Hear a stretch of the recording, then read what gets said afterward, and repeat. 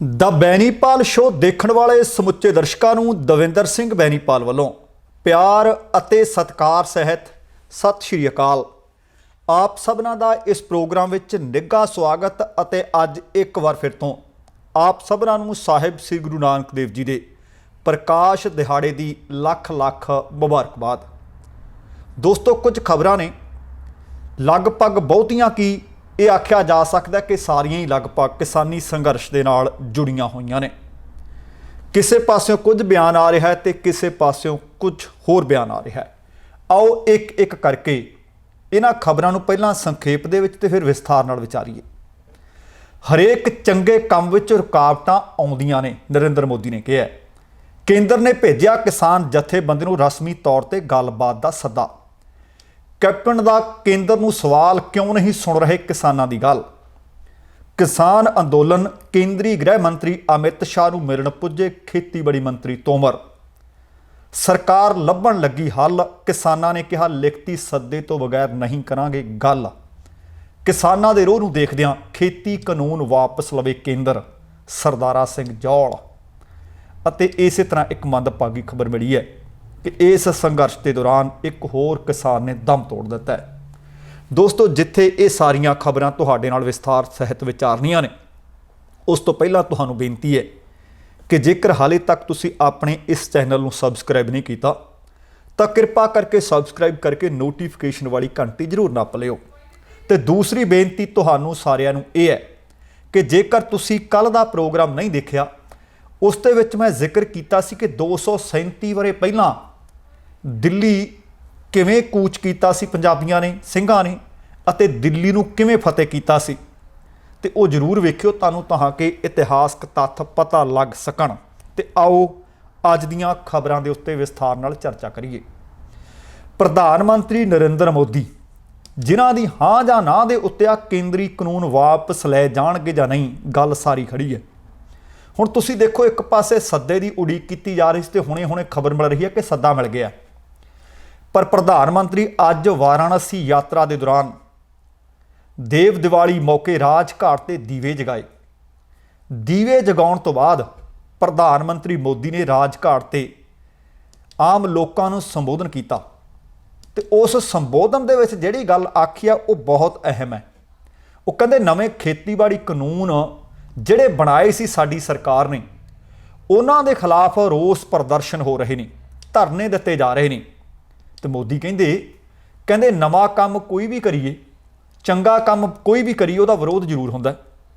ਪ੍ਰਧਾਨ ਮੰਤਰੀ ਨੇ ਕਿਹਾ ਕਿ ਅੱਜ ਅਸੀਂ ਸੁਧਾਰ ਦੀ ਗੱਲ ਕਰ ਰਹੇ ਹਾਂ।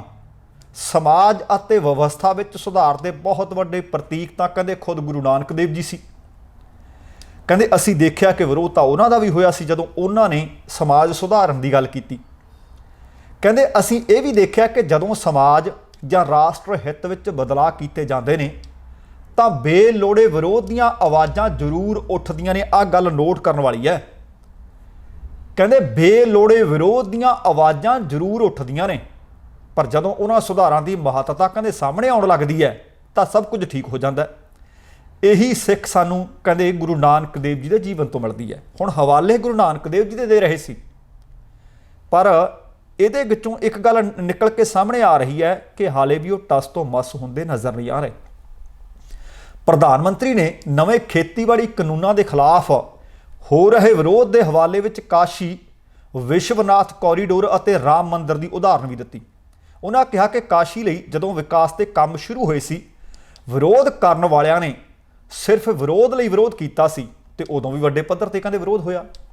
ਜਦੋਂ ਕਾਸ਼ੀ ਨੇ ਤੈਅ ਕੀਤਾ ਸੀ ਕਿ ਬਾਬੇ ਦੇ ਦਰਬਾਰ ਤੱਕ ਵਿਸ਼ਵਨਾਥ ਕੋਰੀਡੋਰ ਬਣੇਗਾ, ਵਿਰੋਧ ਕਰਨ ਵਾਲਿਆਂ ਨੇ ਉਦੋਂ ਇਸ ਨੂੰ ਲੈ ਕੇ ਵੀ ਕਾਫੀ ਕੁਝ ਆਖਿਆ ਸੀ। ਪਰ ਕਹਿੰਦੇ ਅੱਜ ਬਾਬਾ ਦੀ ਕਿਰਪਾ ਨਾਲ ਕਾਸ਼ੀ ਦਾ ਮੁੜ ਨਿਰਮਾਣ ਸੁਰਜੀਤ ਹੋ ਗਿਆ। ਸਦੀਆਂ ਪਹਿਲਾਂ ਕਹਿੰਦੇ ਬਾਬੇ ਦੇ ਦਰਬਾਰ ਦਾ ਮਾਂ ਗੰਗਾ ਤੱਕ ਜੋ ਸਿੱਧਾ ਸੰਬੰਧ ਸੀ ਉਹ ਫਿਰ ਸਥਾਪਿਤ ਹੋ ਰਿਹਾ ਹੈ। ਪ੍ਰਧਾਨ ਮੰਤਰੀ ਨੇ ਅਯੁੱਧਿਆ ਵਿੱਚ ਰਾਮ ਮੰਦਿਰ ਨਿਰਮਾਣ ਦੀ ਉਦਾਹਰਨ ਵੀ ਦਿੱਤੀ। ਉਹ ਕਹਿੰਦੇ ਅਯੁੱਧਿਆ 'ਚ ਸ਼੍ਰੀ ਰਾਮ ਮੰਦਿਰ ਤੋਂ ਵੱਡੀ ਉਦਾਹਰਨ ਹੋਰ ਕੀ ਹੋ ਸਕਦੀ ਹੈ। ਦਹਾਕਿਆਂ ਤੋਂ ਇਸ ਪਵਿੱਤਰ ਕੰਮ ਨੂੰ ਰੋਕਣ ਲਈ ਕਹਿੰਦੇ ਕੀ ਕੁਝ ਨਹੀਂ ਕੀਤਾ ਵਿਰੋਧੀਆਂ ਨੇ। ਕਈ ਤਰ੍ਹਾਂ ਦੇ ਡਰ ਪੈਦਾ ਕਰਨ ਦੀ ਕੋਸ਼ਿਸ਼ ਕੀਤੀ ਗਈ, ਪਰ ਜਦੋਂ ਭਗਵਾਨ ਰਾਮ ਜੀ ਨੇ ਚਾਹਿਆ ਤਾਂ ਮੰਦਿਰ ਬਣ ਰਿਹਾ। ਪ੍ਰਧਾਨ ਮੰਤਰੀ ਨੇ ਕਿਹਾ ਕਿ ਕਿਸਾਨਾਂ ਨੂੰ ਸ਼ੋਸ਼ਣ ਕਰਨ ਵਾਲਿਆਂ ਅਤੇ ਵਿਚੋਲਿਆਂ ਤੋਂ ਆਜ਼ਾਦੀ ਮਿਲਣੀ ਹੈ। ਰੇਹੜੀ ਅਤੇ ਪਟੜੀ ਵਾਲਿਆਂ ਨੂੰ ਮਦਦ ਦੇਣ ਲਈ ਬੈਂਕ ਅੱਗੇ ਚੱਲ ਕੇ ਆ ਰਹੇ ਨੇ।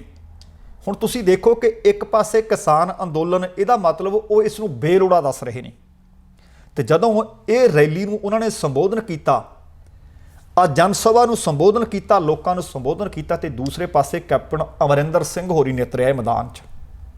ਪੰਜਾਬ ਦੇ ਮੁੱਖ ਮੰਤਰੀ ਨੇ ਕੈਪਟਨ ਅਮਰਿੰਦਰ ਸਿੰਘ, ਉਹ ਕਹਿੰਦੇ ਕੇਂਦਰ ਸਰਕਾਰ ਨੂੰ ਜਿਹੜੇ ਖੇਤੀ ਦੇ ਮਾਰੂ ਕਾਨੂੰਨ ਰੱਦ ਕਰਨ ਦੇ ਵਾਸਤੇ ਕਿਸਾਨਾਂ ਦੀ ਮੰਗ ਹੈ, ਉਹਦੇ ਤੇ ਉਹ ਅੜੀਅਲ ਵਤੀਰਾ ਕਿਉਂ, ਅੜੀਅਲ ਰਵੱਈਆ ਕਿਉਂ? ਕਹਿੰਦੇ ਕੇਂਦਰ ਨੂੰ ਕਿਸਾਨਾਂ ਦੀ ਗੱਲ ਬਗੈਰ ਕਿਸੇ ਦੇਰੀ ਦੇ ਸੁਣਨੀ ਚਾਹੀਦੀ ਹੈ। ਮੁੱਖ ਮੰਤਰੀ ਨੇ ਕਿਹਾ ਕਿ ਲੋਕਾਂ ਦੀ ਗੱਲ ਸੁਣਨਾ ਸਰਕਾਰਾਂ ਦਾ ਫਰਜ਼ ਹੁੰਦਾ ਹੈ। ਦੋਵਾਂ ਇਤਿਹਾਸਕ ਸਥਾਨਾਂ ਸੁਲਤਾਨਪੁਰ ਲੋਧੀ ਅਤੇ ਡੇਰਾ ਬਾਬਾ ਨਾਨਕ ਦੇ ਵਿੱਚ ਉਹ ਪੱਤਰਕਾਰਾਂ ਨਾਲ ਗੱਲਬਾਤ ਕਰ ਰਹੇ ਸਨ, ਕਿਉਂਕਿ ਉਹ ਸਾਹਿਬ ਸ੍ਰੀ ਗੁਰੂ ਨਾਨਕ ਦੇਵ ਜੀ ਦੇ ਪ੍ਰਕਾਸ਼ ਪੁਰਬ ਦੇ ਉੱਤੇ ਨਤਮਸਤਕ ਹੋਣ ਗਏ ਸੀ। ਕੈਪਟਨ ਨੇ ਕਿਹਾ ਕਿ ਜੇਕਰ ਅਨੇਕਾਂ ਸੂਬਿਆਂ ਦੇ ਕਿਸਾਨ ਕੇਂਦਰ ਸਰਕਾਰ ਦੇ ਖੇਤੀ ਕਾਨੂੰਨਾਂ ਦੇ ਵਿਰੁੱਧ ਰੋਸ ਪ੍ਰਦਰਸ਼ਨ ਕਰ ਰਹੇ ਨੇ, ਸੰਘਰਸ਼ ਲਗਾਤਾਰ ਤਿੱਖਾ ਕਰ ਰਹੇ ਨੇ, ਤਾਂ ਲਾਜ਼ਮੀ ਹੈ ਕਿ ਉਹ ਇਹਨਾਂ ਕਾਨੂੰਨਾਂ ਕਾਰਨ ਚਿੰਤਾ ਵਿੱਚ ਨੇ, ਇਹਨਾਂ ਨੂੰ ਰੱਦ ਕਰਵਾਉਣਾ ਚਾਹੁੰਦੇ ਆ।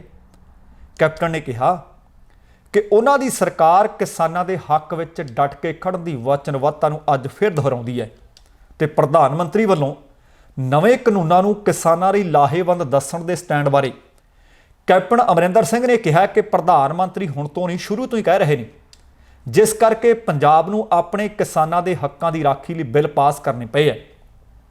ਉਹ ਕਹਿੰਦੇ ਰਾਜਪਾਲ ਦੇ ਵੱਲੋਂ ਬਿੱਲਾਂ ਨੂੰ ਰਾਸ਼ਟਰਪਤੀ ਕੋਲ ਭੇਜਣ ਦੀ ਥਾਂ ਆਪਣੇ ਕੋਲ ਰੱਖਣ ਤੇ ਵੀ ਮੈਂ ਸਵਾਲ ਚੁੱਕਦਾ। ਕੈਪਟਨ ਉਹ ਕਹਿੰਦੇ ਇਹ ਦੱਸੋ, ਮੁੱਖ ਮੰਤਰੀ ਦੇ ਸਲਾਹਕਾਰਾਂ ਦੀ ਨਿਯੁਕਤੀ ਵੇਲੇ ਵੀ ਬੀਤੇ ਵਰੇ ਰਾਜਪਾਲ ਵੱਲੋਂ ਅਜਿਹਾ ਹੀ ਕੀਤਾ ਗਿਆ ਸੀ। ਘੱਟੋ ਘੱਟ ਖਰੀਦ ਮੁੱਲ ਤੇ ਆੜਤੀ ਵਿਵਸਥਾ ਨੂੰ ਪੰਜਾਬ ਦੇ ਸਫਲ ਖੇਤੀ ਮਾਡਲ ਦਾ ਆਧਾਰ ਦੱਸਦਿਆਂ ਮੁੱਖ ਮੰਤਰੀ ਨੇ ਕਿਹਾ ਕਿ ਕਿਸਾਨਾਂ ਤੇ ਆੜਤੀਆਂ ਵਿਚਕਾਰ ਬਹੁਤ ਡੂੰਘਾ ਅਤੇ ਦੇਰ ਦਾ ਰਿਸ਼ਤਾ ਬਣਿਆ ਹੋਇਆ ਹੈ, ਜਿਸ ਕਰਕੇ ਅਜਿਹੀ ਸੁਚੱਜੀ ਵਿਵਸਥਾ ਨੂੰ ਤਬਦੀਲ ਕਰਨ ਦੀ ਕਹਿੰਦੇ ਕੋਈ ਲੋੜ ਨਹੀਂ। ਦੱਸੋ ਕਹਿੰਦੇ ਕੀ ਜ਼ਰੂਰਤ ਹੈ, ਕੀ ਸਮੱਸਿਆ ਸੀ, ਕਿਹੜੇ ਖੇਤੀਬਾੜੀ ਵਾਲੇ ਕਿਸੇ ਯੂਨੀਅਨ ਨੇ ਜਾ ਕੇ, ਕਿਹੜੇ ਕਿਸਾਨ ਨੇ ਉਹਨਾਂ ਤੋਂ ਮੰਗ ਕੀਤੀ ਸੀ? ਉਹਨਾਂ ਕਿਹਾ ਕਿ ਆੜਤੀਆਂ ਦੀ ਥਾਂ ਲੈਣ ਵਾਲੇ ਕਾਰਪੋਰੇਟ ਘਰਾਣੇ ਔਖੀ ਘੜੀ ਵਿੱਚ ਦੱਸੋ ਕਿਸਾਨਾਂ ਦੀ ਬਾਂਹ ਫੜਨਗੇ। ਕੈਪਟਨ ਅਮਰਿੰਦਰ ਸਿੰਘ ਨੇ ਕਿਹਾ ਕਿ ਗੁਰੂ ਸਾਹਿਬ ਵੱਲੋਂ ਛੋਟੇ ਕਿਸਾਨਾਂ ਨੂੰ ਖਾਸ ਮਹੱਤਤਾ ਦਿੱਤੀ ਗਈ ਸੀ। ਪੰਜਾਬ ਦੇ ਵਿੱਚ ਕਹਿੰਦੇ 75% ਕਿਸਾਨ ਉਹ ਨੇ ਜਿਨ੍ਹਾਂ ਦੇ ਕੋਲ 5 ਏਕੜ ਤੋਂ ਰਕਬਾ ਘੱਟ ਹੈ। ਉਹਨਾਂ ਕਿਹਾ ਕਿ ਕੇਂਦਰ ਸਰਕਾਰ ਦੇ ਕਾਲੇ ਕਾਨੂੰਨਾਂ ਨਾਲ ਛੋਟੇ ਕਿਸਾਨ ਰੁਲ ਕੇ ਰਹਿ ਜਾਣਗੇ, ਜਿਸ ਕਰਕੇ ਕਿਸਾਨ ਕੜਾਕੇ ਦੀ ਠੰਡ ਅਤੇ ਕਰੋਨਾ ਦੇ ਖੌਫ ਦੇ ਵਿੱਚ ਵੀ ਹਰਿਆਣਾ ਪੁਲਿਸ ਦੇ ਤਸ਼ੱਦਦ ਨੂੰ ਝੱਲਦੇ ਹੋਏ ਵੀ ਦਿੱਲੀ ਦੀ ਸਰਹੱਦ ਤੇ ਬੈਠੇ ਪ੍ਰਦਰਸ਼ਨ ਕਰ ਰਹੇ ਨੇ। ਉਹ ਕਹਿੰਦੇ ਸਰਕਾਰ ਨੂੰ ਇਹ ਹੁਣ ਦੱਸਣ ਦੀ ਜ਼ਰੂਰਤ ਨਹੀਂ ਕਿ ਇਹ ਤੁਹਾਡੇ ਹੱਕ ਦੇ ਕਾਨੂੰਨ ਨੇ, ਜਦੋਂ ਕਿਸਾਨ ਨਹੀਂ ਚਾਹੁੰਦਾ ਤੇ ਕਿਸਾਨਾਂ ਦੀ ਗੱਲ ਉਹਨਾਂ ਨੂੰ ਫੌਰੀ ਤੌਰ ਤੇ ਸੁਣਨੀ ਚਾਹੀਦੀ ਹੈ। ਫਿਰ ਉਹਨਾਂ ਨੂੰ ਇਹ ਪੁੱਛ ਲਿਆ ਕਿ ਕਰਤਾਰਪੁਰ ਸਾਹਿਬ ਵਾਲਾ ਲਾਂਘਾ ਬੰਦ ਹੈ, ਇਹਦੇ ਬਾਰੇ ਦੱਸੋ ਕੀ ਕਹੋਗੇ। ਮੁੱਖ ਮੰਤਰੀ ਕਹਿੰਦੇ ਕਿ ਕੇਂਦਰ ਸਰਕਾਰ ਲਈ ਇਹ ਸਹੀ ਸਮਾਂ ਹੈ ਕਿ ਇਸ ਲਾਂਘੇ ਨੂੰ ਦੁਬਾਰਾ ਖੋਲ੍ਹਿਆ ਜਾਵੇ। ਉਹ ਕਹਿੰਦੇ ਜੇਕਰ ਪਾਕਿਸਤਾਨ ਇਸ ਰਸਤੇ ਨੂੰ ਖੋਲ੍ਹ ਸਕਦਾ ਤੇ ਫਿਰ ਅਸੀਂ ਕਿਉਂ ਨਹੀਂ ਖੋਲ੍ਹ ਸਕਦੇ। ਕੈਪਟਨ ਕਹਿੰਦੇ ਮੈਨੂੰ ਸਮਝ ਨਹੀਂ ਆ ਰਹੀ ਕਿ ਕੇਂਦਰ ਸਰਕਾਰ ਇਸ ਕੋਰੀਡੋਰ ਨੂੰ ਖੋਲ੍ਹਣ ਵਿੱਚ ਅੱਗੇ ਕਿਉਂ ਨਹੀਂ ਆ ਰਹੀ, ਕਿਉਂ ਨਹੀਂ ਪਹਿਲ ਕਦਮੀ ਕਰ ਰਹੀ। ਉਹ ਕਹਿੰਦੇ ਭਾਰਤ ਦੀ ਅੰਦਰੂਨੀ ਅਤੇ ਬਾਹਰੀ ਚੁਣੌਤੀ, ਉਹਦੇ ਤੇ ਵੀ ਉਹਨਾਂ ਨੇ ਗੱਲਬਾਤ ਕੀਤੀ। ਕਹਿੰਦੇ ਸਮੇਂ ਦੀ ਸਭ ਤੋਂ ਵੱਡੀ ਲੋੜ ਹੈ ਭਾਰਤ ਨੂੰ ਫਿਰਕੂ ਲੀਹਾਂ ਤੇ ਵੰਡਣ ਦਾ ਯਤਨ ਕਰਨ ਵਾਲੀਆਂ ਸ਼ਕਤੀਆਂ ਨੂੰ ਏਕਤਾ ਦੇ ਨਾਲ ਠੱਲ ਪਾਈ ਜਾਵੇ, ਰੋਕਿਆ ਜਾਵੇ। ਇਹਦੇ ਨਾਲ ਹੀ ਉਹਨਾਂ ਚੀਨ ਦੀ ਸਰਹੱਦ ਤੇ ਭਾਰਤ ਦੀ ਏਕਤਾ ਤੇ ਅਖੰਡਤਾ ਖਾਤਰ ਜਾਨਾਂ ਵਾਰਨ ਵਾਲੇ ਸ਼ਹੀਦ ਗੁਰਤੇਜ ਸਿੰਘ ਦਾ ਜ਼ਿਕਰ ਵੀ ਕੀਤਾ। ਉਹਨਾਂ ਕਿਹਾ ਕਿ ਪੰਜਾਬ ਦੇ ਇਸ ਮਹਾਨ ਪੁੱਤਰ ਨੇ ਉਸ ਸਰਹੱਦ ਉੱਪਰ ਚੀਨ ਦੇ ਨਾਲ ਹਾਲ ਹੀ ਵਿੱਚ ਹੋਈਆਂ ਝੜਪਾਂ ਵਿੱਚ 12 ਚੀਨੀ ਫੌਜੀਆਂ ਨੂੰ ਮਾਰ ਕੇ ਖੁਦ ਸ਼ਹਾਦਤ ਦਾ ਜਾਮ ਪੀਤਾ। ਮੁੱਖ ਮੰਤਰੀ ਨੇ ਕਿਹਾ ਕਿ ਕੇਵਲ ਇਕਜੁੱਟ ਭਾਰਤ ਹੀ ਮੁਲਕ ਦੇ ਦੁਸ਼ਮਣਾਂ ਦਾ ਸਾਹਮਣਾ ਕਰਨਾ ਪੈ ਸਕਦਾ ਹੈ। ਹੁਣ ਇੱਕ ਪਾਸੇ ਪ੍ਰਧਾਨ ਮੰਤਰੀ ਨਰਿੰਦਰ ਮੋਦੀ ਬੋਲੇ ਨੇ, ਦੂਸਰੇ ਪਾਸੇ ਅੱਜ ਕੈਪਟਨ ਅਮਰਿੰਦਰ ਸਿੰਘ ਬੋਲੇ ਨੇ, ਤੇ ਜਾਣਕਾਰੀ ਮਿਲ ਰਹੀ ਹੈ ਕਿ ਇਸ ਕਿਸਾਨ ਅੰਦੋਲਨ ਦੇ ਮੱਦੇਨਜ਼ਰ ਅੰਦਰੋਂ ਅੰਦਰੀ ਸਰਕਾਰ ਹਲਚਲ 'ਚ ਤਾਂ ਹੈ। ਹੁਣ ਖੇਤੀਬਾੜੀ ਮੰਤਰੀ ਨਰਿੰਦਰ ਤੋਮਰ ਪਤਾ ਲੱਗ ਰਿਹਾ ਹੈ ਕਿ ਅਮਿਤ ਸ਼ਾਹ ਨੂੰ ਮਿਲਣ ਵਾਸਤੇ ਪਹੁੰਚੇ। ਜਾਣਕਾਰੀ ਦੇ ਮੁਤਾਬਕ ਬੈਠਕ ਦੇ ਵਿੱਚ ਕੇਂਦਰੀ ਖੇਤੀਬਾੜੀ ਮੰਤਰੀ ਨਰਿੰਦਰ ਤੋਮਰ ਅਤੇ ਗ੍ਰਹਿ ਮੰਤਰੀ ਵਿਚਕਾਰ ਅਮਿਤ ਸ਼ਾਹ ਦੇ ਵਿਚਕਾਰ ਬੈਠਕ ਹੋਈ ਹੈ। ਕਿਸਾਨਾਂ ਦੇ ਪ੍ਰਦਰਸ਼ਨਾਂ ਨੂੰ ਲੈ ਕੇ ਇਸ ਬੈਠਕ ਦੇ ਵਿੱਚ ਲੰਬੀ ਚੌੜੀ ਉਹਨਾਂ ਨੇ ਗੱਲਬਾਤ ਕੀਤੀ ਅਤੇ ਇਸ ਦੇ ਨਾਲ ਹੀ ਕਿਸਾਨਾਂ ਦੇ ਮਸਲੇ ਨੂੰ ਲੈ ਕੇ ਸਰਕਾਰ ਦਾ ਕੀ ਰੁਖ ਹੈ ਇਹਦੇ ਤੇ ਵੀ ਕਹਿੰਦੇ ਗੱਲਬਾਤ ਕੀਤੀ। ਦੱਸਣਾ ਬਣਦਾ ਹੈ ਕਿ ਇਸ ਤੋਂ ਪਹਿਲਾਂ ਬੀਤੀ ਸ਼ਾਮ ਭਾਵ ਐਤਵਾਰ ਨੂੰ ਵੀ ਭਾਰਤੀ ਜਨਤਾ ਪਾਰਟੀ ਦੇ ਕੌਮੀ ਪ੍ਰਧਾਨ ਨੇ JP ਨੱਡਾ ਉਹਨਾਂ ਦੇ ਘਰ ਲਗਭਗ 2 ਘੰਟੇ ਬੈਠਕ ਚੱਲੀ ਸੀ, ਜਿਸ ਦੇ ਵਿੱਚ ਰਾਜਨਾਥ ਸਿੰਘ ਵੀ ਸੀ, ਖੇਤੀਬਾੜੀ ਮੰਤਰੀ ਨਰਿੰਦਰ ਤੋਮਰ ਵੀ ਸੀ, ਗ੍ਰਹਿ ਮੰਤਰੀ ਅਮਿਤ ਸ਼ਾਹ ਵੀ ਸੀ। ਉਸ ਮੀਟਿੰਗ ਦੇ ਵਿੱਚ ਵੀ ਜਿਹੜੀ 2 ਘੰਟੇ ਚੱਲਦੀ ਰਹੀ ਸੀ ਕਿਸਾਨ ਅੰਦੋਲਨ ਦੀ, ਉਹਦੇ ਤੇ ਚਰਚਾ ਹੋਈ ਤੇ ਗੱਲਬਾਤ ਉਸੇ ਅੰਦੋਲਨ ਦੇ ਮੁਤਲਕ ਕੀਤੀ ਗਈ ਸੀ। ਤੇ ਉਧਰ ਸੂਤਰਾਂ ਦੀ ਮੰਨੀਏ ਤਾਂ ਸਰਕਾਰ ਹਾਲੇ ਵੀ ਆਪਣੇ ਪੁਰਾਣੇ ਸਟੈਂਡ ਤੇ ਕਾਇਮ ਹੈ ਕਿ ਖੇਤੀ ਕਾਨੂੰਨ ਵਾਪਸ ਨਹੀਂ ਲਏ ਜਾਣਗੇ ਤੇ ਇੱਧਰ ਦੂਸਰੇ ਪਾਸੇ ਕਿਸਾਨ ਆਪਣੇ ਸਟੈਂਡ ਤੋਂ ਪਿੱਛੇ ਨਹੀਂ ਹਟ ਰਹੇ। ਇਹੀ ਕਾਰਨ ਹੈ ਕਿ ਸਰਕਾਰ ਮੰਗਾਂ ਨਹੀਂ ਮੰਨ ਰਹੀ ਅਤੇ ਕਿਸਾਨ ਸੜਕਾਂ ਤੇ ਡਟੇ ਹੋਏ ਹੈ। ਕਿਸਾਨੀ ਮਸਲੇ ਤੇ ਸਰਕਾਰ ਪੂਰੀ ਤਰ੍ਹਾਂ ਸਰਗਰਮ ਤਾਂ ਨਜ਼ਰ ਆ ਰਹੀ ਹੈ, ਪਰ ਹਾਲੇ ਤੱਕ ਵਤੀਰਾ ਉਹੀ ਅੜੀਅਲ ਨਜ਼ਰ ਆ ਰਿਹਾ ਹੈ। ਦੱਸਣਾ ਬਣਦਾ ਕਿ ਖੇਤੀ ਕਾਨੂੰਨਾਂ ਦੇ ਖਿਲਾਫ ਕਿਸਾਨਾਂ ਦਾ ਰੋਸ ਪ੍ਰਦਰਸ਼ਨ ਲਗਾਤਾਰ ਤਿੱਖਾ ਹੁੰਦਾ ਜਾ ਰਿਹਾ ਹੈ। 5 ਦਿਨ ਹੋ ਗਏ ਵੱਡੀ ਗਿਣਤੀ ਵਿੱਚ ਕਿਸਾਨ ਟੀਕਰੀ ਅਤੇ ਸਿੰਘੂ ਬਾਰਡਰਾਂ ਤੇ ਡਟੇ ਹੋਏ ਨੇ। ਕਿਸਾਨਾਂ ਦਾ ਕਹਿਣਾ ਹੈ ਕਿ ਜਦੋਂ ਤੱਕ ਸਰਕਾਰ ਕਾਨੂੰਨ ਵਾਪਸ ਨਹੀਂ ਲੈਂਦੀ, MSP ਦੀ ਗਾਰੰਟੀ ਨਹੀਂ ਦਿੰਦੀ, ਉਦੋਂ ਤੱਕ ਅਸੀਂ ਇਹਨਾਂ ਸੜਕਾਂ ਤੇ ਡਟੇ ਰਹਾਂਗੇ ਅਤੇ ਅੰਦੋਲਨ ਨੂੰ ਲਗਾਤਾਰ ਭਖਾਉਂਦੇ ਰਹਾਂਗੇ। ਹੁਣ ਜਿੱਥੇ ਆ ਮੀਟਿੰਗ ਹੋ ਕੇ ਹਟੀ ਹੈ, ਜਿੱਥੇ ਪ੍ਰਧਾਨ ਮੰਤਰੀ ਮੋਦੀ ਨੇ ਆਖਿਆ ਕਿ ਇਹ ਕਾਨੂੰਨ ਕਿਸਾਨਾਂ ਦੇ ਹੱਕ ਵਿੱਚ ਨੇ, ਚੰਗੀ ਚੀਜ਼ ਦਾ ਵਿਰੋਧ ਪਹਿਲਾਂ ਹੁੰਦਾ ਹੀ ਹੁੰਦਾ, ਤੇ ਉਧਰ ਜਦੋਂ ਪੱਤਰਕਾਰਾਂ ਨੇ ਕਿਸਾਨਾਂ ਨੂੰ ਪੁੱਛਿਆ, ਉਹ ਕਹਿੰਦੇ ਸਰਕਾਰ ਭਾਵੇਂ ਹੱਲ ਲੱਭੇ ਨਾ ਲੱਭੇ, ਪਰ ਜਿੰਨੀ ਦੇਰ ਤੱਕ ਸਾਨੂੰ ਲਿਖਤੀ ਸੱਦਾ ਨਹੀਂ ਆਉਂਦਾ ਉਨੀ ਦੇਰ ਤੱਕ ਅਸੀਂ ਸਰਕਾਰ ਨਾਲ ਗੱਲ ਨਹੀਂ ਕਰਾਂਗੇ। ਹੁਣ ਰਾਜਧਾਨੀ ਦਿੱਲੀ ਨੂੰ ਚੁਫੇਰਿਓਂ ਘੇਰੀ ਬੈਠੇ ਆ ਕਿਸਾਨ। ਕਿਸਾਨਾਂ ਨਾਲ ਗੱਲਬਾਤ ਕਰਨ ਲਈ ਕੇਂਦਰ ਸਰਕਾਰ ਲੱਗਦਾ ਕਿ ਨਰਮ ਹੋ ਰਹੀ ਹੈ। ਗ੍ਰਹਿ ਮੰਤਰੀ ਅਮਿਤ ਸ਼ਾਹ ਕਿਸਾਨਾਂ ਨਾਲ ਗੱਲਬਾਤ ਲਈ ਖਬਰਾਂ ਮਿਲ ਰਹੀਆਂ ਨੇ ਕਿ ਗੱਲਬਾਤ ਵਾਸਤੇ ਰਾਜ਼ੀ ਹੋ ਗਏ ਆ, ਪਰ ਕਿਸਾਨ ਆਗੂਆਂ ਨੇ ਸ਼ਰਤਾਂ ਰਹਿਤ ਅਤੇ ਲਿਖਤੀ ਸੱਦਾ ਨਾ ਮਿਲਣ ਤੱਕ ਗੱਲਬਾਤ ਤੋਂ ਇਨਕਾਰ ਕਰ ਦਿੱਤਾ ਹੈ। ਤੇ ਭਾਜਪਾ ਦੇ ਸੂਤਰਾਂ ਮੁਤਾਬਕ ਦੇਰ ਰਾਤ ਤੱਕ ਕਿਸਾਨਾਂ ਨੂੰ ਲਿਖਤੀ ਸੱਦਾ ਦਿੱਤਾ ਜਾ ਸਕਦਾ ਤੇ ਨਾਲ ਖਬਰਾਂ ਆ ਵੀ ਗਈਆਂ ਨੇ ਕਿ ਸੱਦਾ ਪੁੱਜ ਗਿਆ, ਕਿਉਂਕਿ ਪ੍ਰਧਾਨ ਮੰਤਰੀ ਦੀ ਸਹਿਮਤੀ ਦੀ ਉਡੀਕ ਕੀਤੀ ਜਾ ਰਹੀ ਸੀ, ਜਿਸ ਤੋਂ ਬਾਅਦ ਇਹ ਅਗਲਾ ਫੈਸਲਾ ਲਿਆ ਜਾਣਾ ਸੀ। ਹੁਣ ਪੰਜਾਬ ਦੇ ਸਾਬਕਾ ਮੰਤਰੀ ਨੇ ਸੁਰਜੀਤ ਕੁਮਾਰ ਜਿਆਣੀ ਕੇਂਦਰ ਸਰਕਾਰ ਅਤੇ ਪੰਜਾਬ ਦੇ ਕਿਸਾਨਾਂ ਦੇ ਵਿਚਕਾਰ ਉਹ ਪੁਲ ਦਾ ਕੰਮ ਕਰਨਾ ਚਾਹੁੰਦੇ ਹੈ।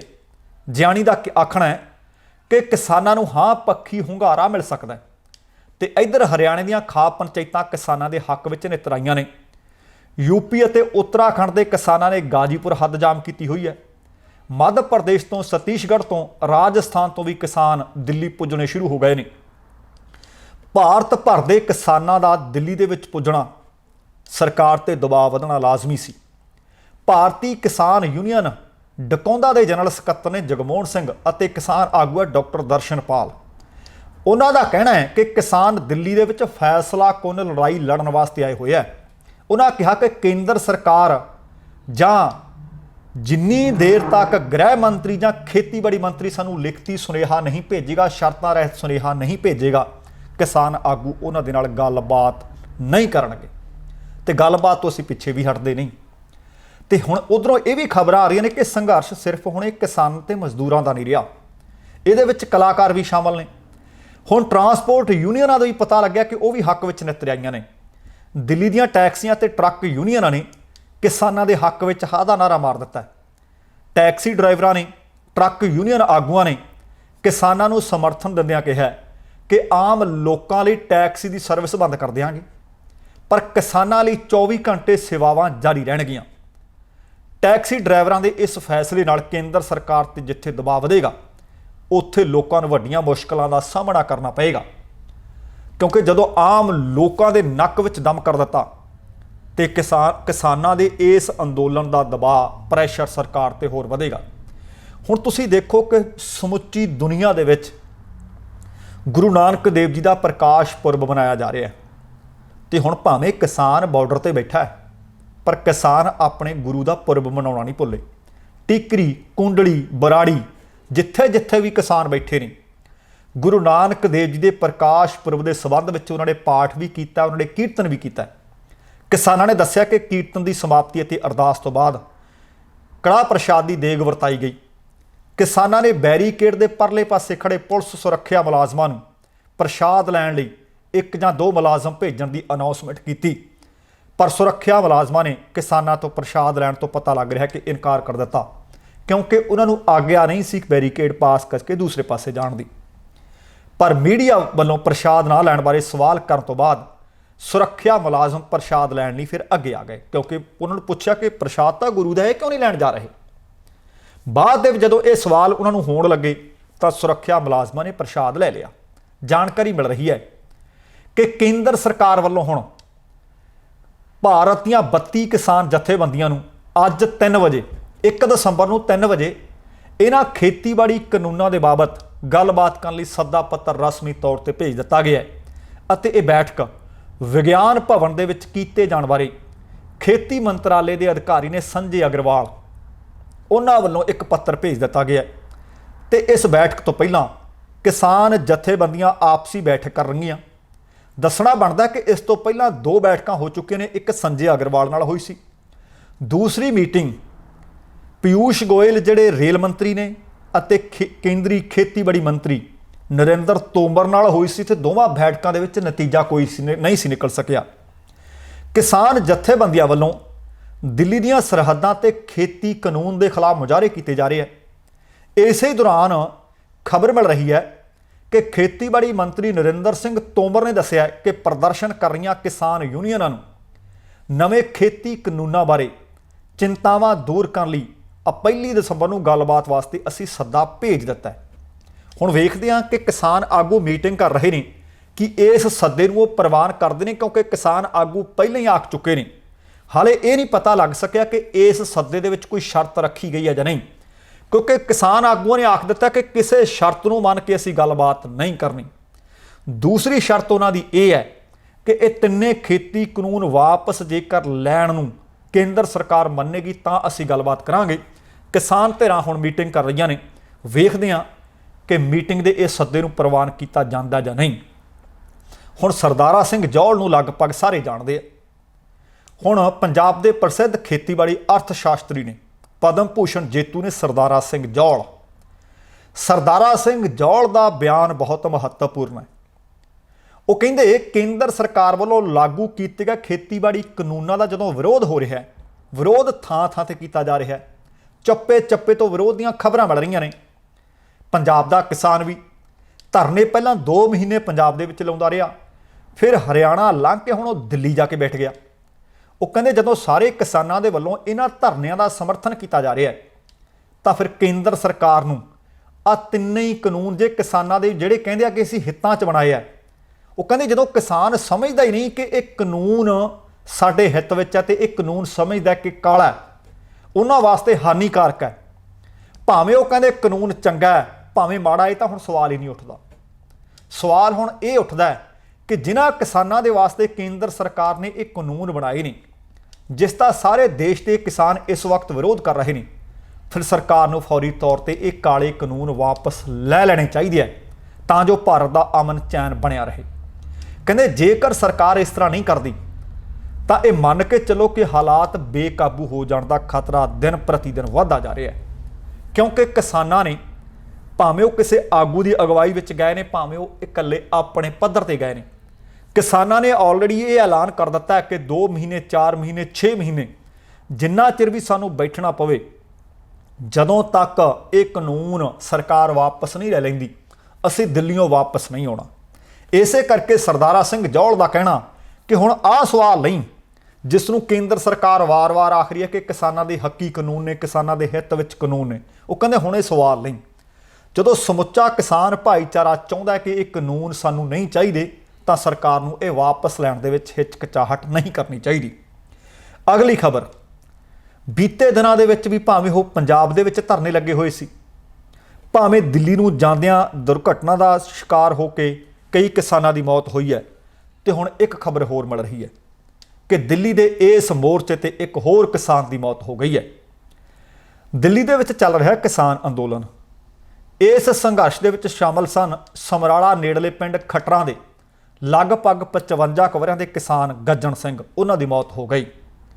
ਭਾਰਤੀ ਕਿਸਾਨ ਯੂਨੀਅਨ ਏਕਤਾ ਸਿੱਧੂਪੁਰ ਦੇ ਇਹ ਸਰਗਰਮ ਮੈਂਬਰ ਸਨ ਅਤੇ ਇਹ ਕਿਸਾਨ ਬੀਤੀ 24 ਨਵੰਬਰ ਨੂੰ ਕੁਲਾਲ ਟੋਲ ਪਲਾਜ਼ਾ ਤੋਂ ਗਏ।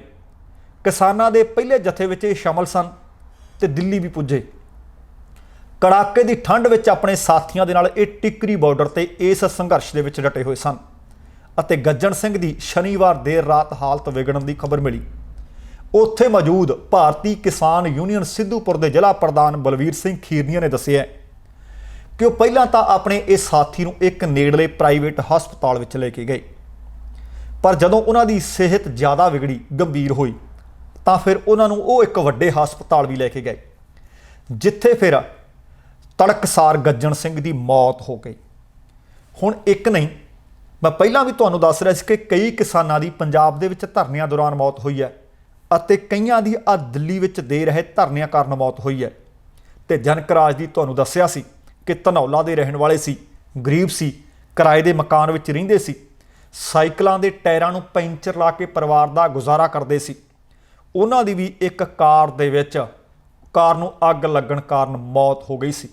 ਇਹ ਸਾਰੀਆਂ ਦੁਖਦਾਇਕ ਘਟਨਾਵਾਂ ਨੇ। ਮੈਂ ਅੱਜ ਉੱਥੇ ਬੈਠੇ ਕੁਝ ਕਿਸਾਨਾਂ ਦੇ ਨਾਲ ਫੋਨ ਤੇ ਗੱਲਬਾਤ ਕੀਤੀ। ਉਹ ਕਹਿੰਦੇ ਸਾਨੂੰ ਪਤਾ ਕਿ ਹੋ ਸਕਦਾ ਸਾਡੇ ਵਿੱਚੋਂ ਕਈਆਂ ਦੀਆਂ ਜਾਨਾਂ ਜਾਣਗੀਆਂ, ਭਾਵੇਂ ਬੀਬੀਆਂ ਬੈਠੀਆਂ ਨੇ, ਭਾਵੇਂ ਬਾਪੂ ਬੈਠੇ ਹੈ, ਭਾਵੇਂ ਨੌਜਵਾਨ ਬੈਠੇ ਹੈ, ਭਾਵੇਂ ਬਜ਼ੁਰਗ ਬੈਠੇ ਹੈ। ਉਹ ਕਹਿੰਦੇ ਅਸੀਂ ਇਹ ਗੱਲ ਮੰਨ ਕੇ ਆਏ ਹਾਂ ਕਿ ਸ਼ਾਇਦ ਅਸੀਂ ਵਾਪਸ ਆਪਣੇ ਪਿੰਡ, ਆਪਣੇ ਸ਼ਹਿਰ ਵਾਪਸ ਨਾ ਪਰਤ ਸਕੀਏ, ਪਰ ਅਸੀਂ ਤਿਆਰ ਹੋ ਕੇ ਆਏ ਹਾਂ। ਹੁਣ ਜਦੋਂ ਕਿਸੇ ਸੰਘਰਸ਼ ਦੇ ਵਿੱਚ 80-80 ਵਰ੍ਹਿਆਂ ਦੇ ਬਜ਼ੁਰਗ ਇਹ ਗੱਲ ਕਹਿਣਗੇ ਕਫਨ ਨਾਲ ਲੈ ਕੇ ਆਏ ਹਾਂ, ਇੱਕ ਬੇਬੇ, ਇੱਕ ਬਾਪੂ ਜਿਹੜੇ ਤੁਰਦੇ ਵੀ ਕੁੱਬੇ ਹੋ ਕੇ ਨੇ, ਡੰਗੋਰੀ ਦਾ ਸਹਾਰਾ ਲੈ ਲੈ ਕੇ ਤੁਰ ਰਹੇ ਨੇ, ਉਹ ਕਹਿੰਦੇ ਅਸੀਂ ਜੇ ਇੱਥੇ ਮਰ ਗਏ, ਘੱਟੋ ਘੱਟ ਕਿਸਾਨਾਂ ਨੂੰ ਤਾਂ ਮੁੱਲ ਮਿਲ ਜਾਊ। ਤੁਸੀਂ ਦੇਖੋ ਕਿ ਜਦ ਇਸ ਜਾਨ ਹਥੇਲੀ ਤੇ ਰੱਖਣ ਦੀ ਗੱਲ ਆ ਜਾਏ, ਸੀਸ ਤਲੀ ਤੇ ਰੱਖਣ ਦੀ ਗੱਲ ਆ ਜਾਏ, ਫਿਰ ਹੱਕ ਜੇ ਕਿਸੇ ਨੂੰ ਖੋਹਣੇ ਆਉਂਦੇ ਆ, ਉਹ ਕਹਿੰਦੇ ਸਾਨੂੰ ਹੱਕ ਲੈਣੇ ਵੀ ਆਉਂਦੇ ਆ। ਸੋ ਲਗਭਗ ਹੁਣ ਸਮੇਂ ਦੀ ਸਮਾਪਤੀ ਹੈ, ਪਰ ਜਾਣ ਤੋਂ ਪਹਿਲਾਂ ਇੱਕ ਮੈਂ ਤੁਹਾਨੂੰ ਫਿਰ ਅਪੀਲ ਕਰਨੀ ਚਾਹੁੰਦਾ ਕਿ ਕੱਲ੍ਹ ਦਾ ਜਿਹੜਾ ਪ੍ਰੋਗਰਾਮ ਸੀ ਉਹਦੇ ਵਿੱਚ ਦਿੱਲੀ ਕੂਚ 237 ਵਰ੍ਹੇ ਪਹਿਲਾਂ ਕਿਵੇਂ ਕੀਤਾ ਸੀ, ਕਿਵੇਂ ਜਿੱਤ ਪ੍ਰਾਪਤ ਕੀਤੀ ਸੀ, ਅੱਜ ਦਾ ਸੰਘਰਸ਼ 237 ਸਾਲ ਬਾਅਦ ਫਿਰ ਦਿੱਲੀ ਕੂਚ ਕਰਕੇ ਪਹੁੰਚਿਆ, ਉਹ ਜ਼ਰੂਰ ਵੇਖਿਓ ਤਾਂ ਕਿ ਤੁਹਾਨੂੰ ਪਤਾ ਲੱਗ ਜਾਏ। ਕਈ ਵਾਰੀ ਅਸੀਂ ਲੋਕਾਂ ਕੋਲੋਂ ਸੁਣਿਆ ਕਿ ਅਸੀਂ ਦਿੱਲੀ ਪਹਿਲਾਂ ਵੀ ਫਤਿਹ ਕਰ ਚੁੱਕੇ ਹਾਂ, ਦਿੱਲੀ ਕਿਵੇਂ ਫਤਿਹ ਕੀਤੀ ਸੀ। ਇੱਕ ਮੁੱਠਤਾ ਦੀ ਘਾਟ ਨਾ ਘੜਕਣ ਲੱਗ ਜਾਏ। ਖਬਰਾਂ ਵਿੱਚੋਂ ਵਿੱਚ ਮਿਲ ਰਹੀਆਂ ਨੇ ਕਿ ਕਿਸਾਨ ਜਥੇਬੰਦੀ ਨੂੰ ਤਾਰ ਪੀੜੋ ਕਰਨ ਵਾਸਤੇ ਸਰਕਾਰ ਚਾਲਾਂ ਚੱਲ ਰਹੀ ਹੈ। ਦੇਖਿਓ ਵੀਰੋ, ਬਜ਼ੁਰਗੋ, ਭੈਣੋ, ਭਰਾਵੋ, ਕਿਸੇ ਦੇ ਆਖੇ ਜਾਂ ਝਾਂਸੇ ਵਿੱਚ ਨਾ ਆਇਓ। ਜੇ ਕੁਝ ਕਰਨਾ ਹੈ ਤਾਂ ਕਿਸਾਨ ਮਜ਼ਦੂਰ ਏਕਤਾ ਬਣਾ ਕੇ ਰੱਖਣੀ ਪਏਗੀ, ਆਗੂਆਂ ਦੀ ਗੱਲ ਮੰਨਣੀ ਪਏਗੀ। ਸੋ ਜਦੋਂ ਗਈ ਹੋ ਤਾਂ ਕੁਝ ਲੈ ਕੇ ਵਾਪਸ ਆਇਓ। ਸੋ ਇਸ ਦੇ ਨਾਲ ਹੀ ਜਾਣ ਤੋਂ ਪਹਿਲਾਂ ਕਹਾਂਗਾ, ਜ਼ਿੰਦਗੀ ਜਿੰਦਾਦਲੀ ਦਾ ਨਾਮ ਹੈ। ਦਵਿੰਦਰ ਸਿੰਘ ਬੈਨੀਪਾਲ ਨੂੰ ਆਗਿਆ ਦਿਓ। ਸਤਿ ਸ਼੍ਰੀ ਅਕਾਲ, ਧੰਨਵਾਦ।